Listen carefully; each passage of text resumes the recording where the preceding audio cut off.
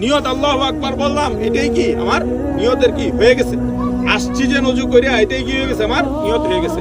তারপর আবেগের জন্য কি করি, অনেক সময় কি মনে চায় যেন কি নিয়তটা যদি বলতে পারতাম।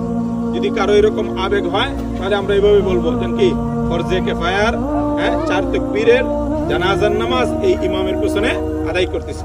ফরজে কিফায়ার 4 তাকবীরের জানাজার নামাজ কি করতেছি, এই ইমামের পিছনে আদায় করতেছি। আল্লাহু আকবার।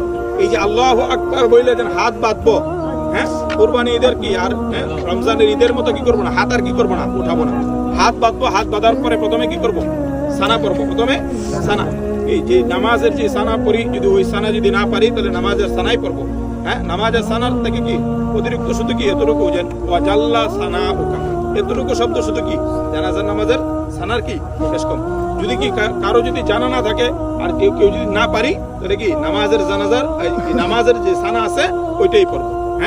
এরপরে কি তাকবীর বলবো, হাত ওঠাবো না। আল্লাহু আকবার। এই তাকবীর কিন্তু অনেকেই কি করি না, বলি না। তাকবীর কিন্তু কি করতে হবে, বলতে হবে। প্রত্যেকেরই কি করতে হবে, তাকবীর। ইমাম যখন তাকবীর বলেন তাকবীর বলতে হবে। এরপরে কি জানার পরে তাকবীর বইলে তারপরে কি পড়বো, দুরূদ শরীফ পড়বো। দুরূদ শরীফ কোনটা, দুরূদ ইব্রাহিম। যেই দুরূদ কি করি আমরা নামাজের মধ্যে পড়ি, নামাজে যে দুরূদ পড়ি।